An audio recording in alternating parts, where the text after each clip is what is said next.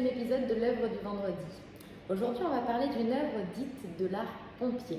Alors, pendant que Édouard Manet faisait scandale avec son déjeuner sur l'herbe, qu'on connaît tous bien, eh bien, il y avait un artiste qui, lui, était à la mode et qui plaisait énormément. Cet homme, cet artiste, c'était William Bouguereau, avec un thème récurrent de l'histoire de l'art, qui est la naissance de Vénus. Alors, quelle en est l'histoire de ce tableau? Eh bien, Vénus, dans la théogonie d'Hésiode, serait née d'une goutte de sang tombée dans la mer d'Ouranos, qui serait donc son père, après avoir été émasculée par son fils Cronos. Donc, les parties génitales étant tombées dans la mer auraient donné naissance à Vénus, qui sort ainsi dans une coquille.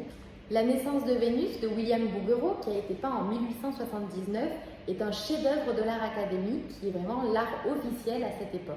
En effet, à cette époque, si un artiste voulait faire carrière, il se devait de se plier aux règles qu'imposait l'Académie des Beaux-Arts. Alors, quelles étaient ces règles qu'un artiste se devait de suivre? Eh bien, il fallait s'inspirer des styles du passé, donc de l'Antiquité, de la Renaissance, donc peindre des formes à la beauté idéale, comme cette femme nue aux formes plantureuses, ses longs cheveux blonds, cette blancheur, aucun bourrelet, aucun poil. C'était vraiment les règles de l'époque pour s'inspirer de la sculpture en marbre de l'Antiquité. Il fallait admirer évidemment la précision du dessin, modelé par de fins glacis transparents, c'est-à-dire travailler avec des couches de peinture très diluées pour pas que la trace du pinceau soit visible. Il fallait également peindre des tableaux soit historiques, soit mythologiques, des grands sujets qui mettaient en valeur les bonnes valeurs à avoir, et que évidemment le tableau ne soit pas trop érotique. Alors légèrement sensuel, mais pas trop érotique.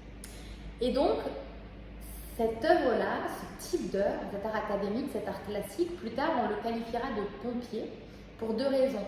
On peint des tableaux plutôt mythologiques ou historiques avec des thèmes antiques, donc avec des Romains, avec des casques rutilants.